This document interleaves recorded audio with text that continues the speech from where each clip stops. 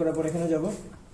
এখানে যাওয়ার পর এখানে যেটা ছিল আমি একটু দেখি, এটা কি ছিল, এটা হচ্ছে মুভ জেট। ওকে, এখন আমরা যেটা করব সেটা হচ্ছে রান দিব। রান দিলে এটা আমি রাখি এরকম, ঠিক আছে। তাহলে এখন যেটা করব সেটা হচ্ছে আমি অন সুইচ দিই।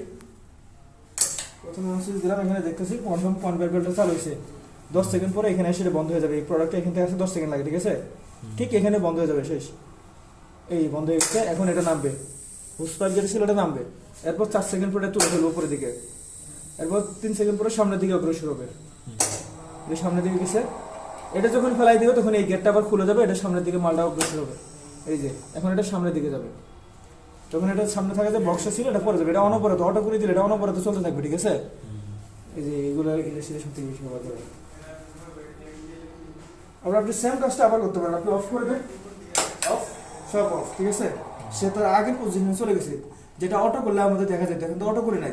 ম্যানুয়ালি আবার চালু দেন, সেম অপারেশনটা সেম হবে আবার এখানে।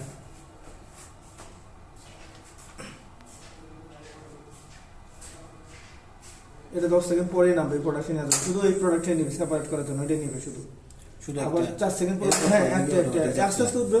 আপনি স্পিড বাড়াতে দেবেন, কমাতে দেবেন, যদি সমস্যা আরো বাড়াতে। এখানে কতগুলো ইনপুট দেখছেন, দিদি বের হচ্ছে এগুলো করতে গিয়ে ওগুলো আরেকটা হুস পাইপ আছে না, আরেকটা কনভার্টার আছে এখানে, এই শেষ, ফালা দিবে। ওর পজিশন মতো কাজ করবে।